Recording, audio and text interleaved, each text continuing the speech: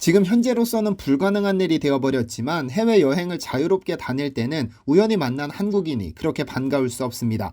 몸짓 발짓 써가며 더듬더듬 영어를 쓰다 모국어를 쓰는 한국인을 만나면 당장 손잡고 춤이라도 추고 싶은 것이 속마음입니다. 언어가 주는 동질감은 우리가 심리적으로 가까워질 수 있는 단초가 되기도 하죠. 같은 말을 쓰고 있다는 자체로 우리는 하나라고 느끼기 마련이니까요.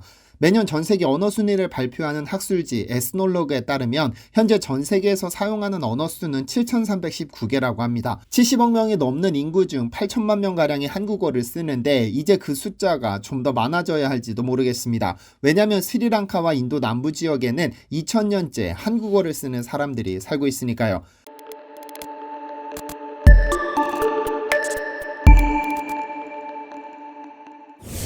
안녕하세요, 디스멘터리입니다. 요가, 카레, 힌두교 등등으로 잘 알려진 인도라는 국가가 있습니다. 현재 중국에 이은 세계 2위지만 조만간 중국을 뛰어넘어 세계 최고 인구수를 보유한 국가로 등극할 것이 확실시되는 나라입니다. 그런 인도에서 지난 2020년 8월 놀라운 소식이 하나 전해졌습니다. 인도 정부가 새로운 교육 정책을 발표하면서 중국어를 제외시키고 한국어를 제2외국어로 채택했다는 소식이었죠. 이로써 인도에서는 태국어, 포르투갈어, 러시아어와 함께 한국어를 추가시켰는데 무려 28년 만에 개정된 내용이기 때문에 한국의 입장에서는 상당히 상징성이 있다고 받아들여졌습니다. 인도는 인구수만큼이나 거대한 영토를 가졌습니다. 한반도의 15배에 이르는데 인도 헌법으로 인정하는 공용어가 힌디어, 영어, 벵갈리어, 타밀어 등 무려 15개입니다. 다시 기억해 주십시오. 사투리가 아니라 공용어입니다. 그래서 인도에서는 그 누구도 차별하지 않는다는 차원에서 집회에 힌디어를 비롯해 보조공용어 영어와 그 밖에 15개 언어를 전부 표기하고 있죠. 어쨌든 사투리가 아니라 공용어가 15개에 이르는 인도에 사투리는 몇 개나 될까요? 적어도 800여 개의 언어와 2000여 개의 사투리가 존재한다고 합니다. 그래서 같은 나라 국민이지만 남쪽에서 북쪽으로 이동하면 의사소통이 불가능한 상황입니다. 인도는 1947년 독립한 이후 힌디어를 공용어로 채택하면서 향후 15년간 한시적으로 영어를 보조공용어로 채택했었습니다. 그러다 1967년 개정 공용어법을 다시 선포해 영어를 중앙정부 공용어로 못 박았는데요. 전 세계에서 사용되는 영어를 자유자재로 구사하는 능력은 인도에서 사회적으로 높은 신분을 나타내는 기준이 되었는데 영미권에서 인도식 영어를 두고 종종 웃음거리로 삼기도 하지만 인도인들이 공용어로 영어를 쓴다는 것은 세계 곳곳에서 막강한 파워를 과시할 수 있는 힘이 되기도 했죠. 그런데 세는 것이 불가능할 정도로 많은 언어를 쓰는 인도의 남부에서는 타밀어를 쓰는데 이 언어가 한국어와 비슷해 이 지역을 방문한 한국인들은 쉽게 한국어를 접할 수 있다고 하는데요.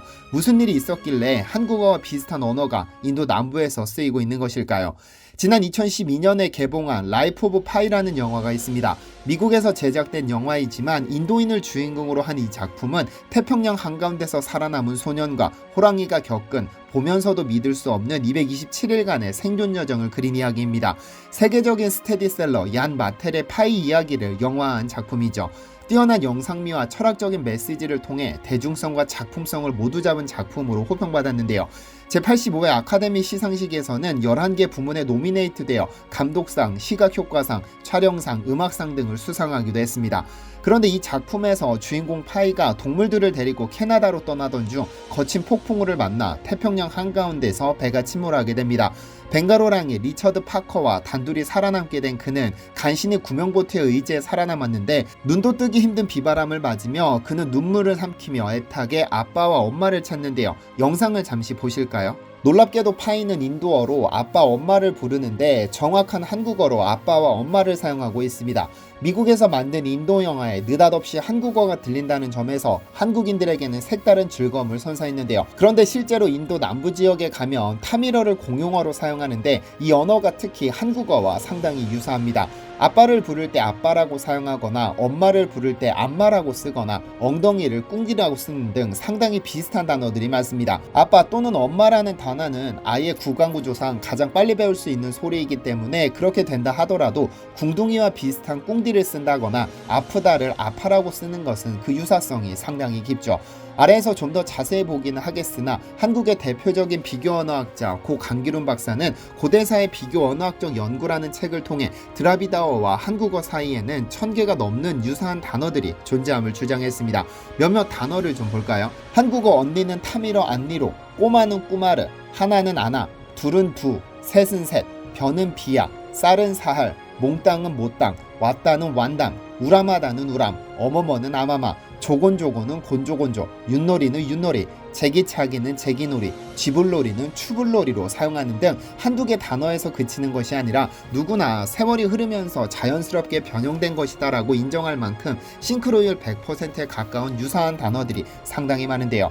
그런데 이러한 주장은 비단 일부의 주장은 아닙니다. 조선 최초의 영어 교사이자 고종의 외교 고문으로 잘 알려진 호머 헐버트의 한글 사랑은 대단했습니다. 차후에 다루기는 하겠지만 그는 1800년대 후반에 이미 미국의 뉴욕 트리뷴에 한글의 우수성을 주장하는 기고문을 내기도 하고 1903년에는 미국 스미스소니언 협회가 미국 대통령 및 의회에 보내는 연례보고서에 기고문을 써 한국어가 영어보다 훨씬 우수하다는 주장을 제기하기도 했습니다. 그는 1906년에 한국어와 드라비다어의 비교 연구라는 저서를 통해 두 언어가 유사한 것은 한반도에 정착한 선주민이 최소한 일부 지역이라도 남방에서 이주해 왔음을 입증해주는 누적된 증거의 고리라고 주장했는데요. 여기서 말하는 드라비다어는 인도 남부의 타미러, 말라얄라머, 카르다나어, 텔루구어를 통칭하여 부르는 언어인데요. 그렇다면 한국어와 저 멀리 떨어진 인도의 타미러 사이에는 어떻게 비슷한 단어들을 사용하게 되었을까요? 사실 인도의 언어학계에서도 한국어와 타미러의 유사성에 의미를 부여하고 있습니다. 인도 바라나시 대학교 언어학부의 라나트 바트 교수는 타미러에 한국어와 유사한 단어가 상당히 많다는 것은 사실이다. 아직 개통학적으로 많은 연구가 진척되지 않아 어떠한 역사적 관계 때문에 이런 유사점이 나타나는지 아직 명확하게 규명된 건 없다. 다만 과거에 교류가 있었다는 사실은 인정할 수 있다. 보다 구체적인 연구가 필요하다며 과거에 어느 시점에 교류가 있었기 때문이라고 보고 있는데요. 그 시작은 아주 오래전 서기 42년 가야국으로 거슬러 올라갑니다. 현재 한국에서 최대 시족을 구성하는 김해김씨는 대략 600만 명으로 추산하는데 남북한을 전부 합하면 800만 명이 넘습니다. 스웨덴 전체 인구가 약 750만 명이라고 했을 때 김해김씨가 얼마나 많은 인구를 구성하는지 감이 오실 텐데요. 김해김씨, 김해허씨, 인천 이씨 등 3개의 성씨가 모여 가락중앙종친회를 구성하고 있는데 그 이유는 기원전 42년 인도에서 건너온 것으로 알려진 허왕옥이라는 인도공주가 가락국 김수로 왕과 혼인했기 때문입니다. 역사상 최초의 국제결혼이 이미 서기 42년에 있었던 것이죠. 둘 사이에는 총 10남 2녀를 낳았는데 인도에서 건너온 허황우는 김수로 왕에게 장남은 아버지의 김씨성을 따르되 둘째 아들에게는 자신의 성 허씨성을 따르도록 간곡히 청했다고 하죠. 인천이 씨는 허씨에서 갈라져 나와 만들어졌고 나머지 7아들은 전부 불교를 기이했다고 하니 김수로 왕과 허황우 사이에 3명의 아들이 후손을 낳아 현재 가락중앙종친회를 형성한 겁니다.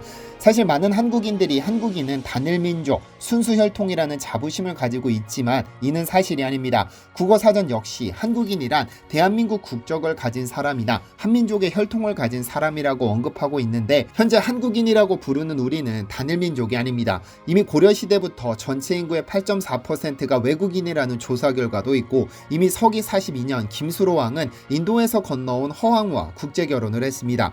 한국인이 순수혈통이 아니라는 점은 이미 과학적으로도 증명되었습니다. 지난 2011년 거제도와 가까운 가덕도에서 발견된 기원전 5000년 신석기 시대 인골 59의 DNA를 조사한 결과 H형 모계 유전자가 발견됐는데 이 유전자는 유럽계 유전자이며 특히 독일에서 많이 발견됩니다. 이를 중앙대학교 분자유전학 이광호 교수가 발견했습니다. 뿐만 아니라 울산과학기술원 생명과학부 박종화 교수는 158명의 현대인과 115개의 고대인 유전차를 슈퍼컴퓨터로 분석한 결과 한국인은 수만 년 동안 동남아시아에서 여러 차례 올라온 사람들과 그 자손들의 복잡한 혼혈이라고 주장했습니다. 옥스퍼드대 출판사 게놈 생물학과 진화라는 5월 28일자 온라인판에 실린 이 연구 결과에 대해 박종화 교수는 한국인은 생물학적으로 아프리카에서 출발해 수만 년 동안 동아시아에서 확장, 이동, 혼혈을 거쳐 진화한 호남민족이라며 사회적으로는 단일민족이라는 통념보다는 다양한 민족과 밀접하게 엉켜있는 친족체로 보는 것이 맞을 것 같다고 밝혔는데요. 우리 한국인은 단일민족이 아니고 순수혈통이 아니라는 점은 그다지 기분 상할 일이 아닙니다. 전 세계 그 어떤 민족도 단일민족일 수 없고 다른 유전자를 가진 민족과 결합했을 때 더 좋은 방식으로 진화할 수 있고 그것이 현재 우리를 구성하고 있으니까요. 이런 단일민족주의는 근대화 산업화 과정에서 활용되어 온 일종의 통치수단에 불과합니다. 이에 적응하지 못한 이들이 거부감을 드러내는 것이지 이미 신석기 시대부터 한반도에는 유럽계가 이주해왔습니다. 사실 허황우가 인도인이다 아니다를 두고 다양한 주장이 제기되긴 하지만 기록상 그녀는 인도인으로 보입니다. 삼국유사의 가락국기에 따르면 수로왕의 침전에 든 왕후가 저는 아유타국의 공주입니다. 성은 허, 이름은 황옥이고 나이는 16살입니다. 본국에 있던 금년 5월 왕과 왕비께서 꿈에서 하느님을 배웠는데 하느님이 가락국의 왕 수로의 배필로 맺어주어라는 계시를 받고 이곳에 왔다는 취지로 기록하고 있습니다. 일반적으로 여기에서 말하는 아유타국은 인도에서 가장 큰 주이면서 겐지스강 중류에 자리한 아요디아를 말한다고 알려졌습니다. 이와 관련해 영국 BBC 역시 김정숙 여사의 인도 방문을 앞두고 한국의 왕비가 된 인도공주라는 제목의 기사에서 삼국유사에 실린 그녀의 이야기를 구체적으로 설명하기도 했죠.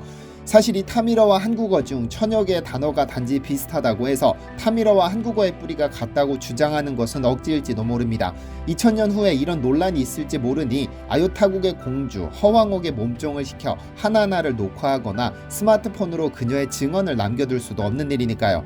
다만 전 세계 7319개의 언어 중에서 아빠나 엄마를 뜻하는 단어는 비슷한 것들이 존재할지도 모르는 일이지만 상당히 많은 단어들이 비슷하게 사용되는 경우는 그리 많지 않을 것입니다. 그래서 더 반가운지도 모르겠습니다. 누군가 의심 있는 이들이 나서서 체계적으로 이런 문제를 연구해 사실관계가 규명됐으면 좋겠습니다.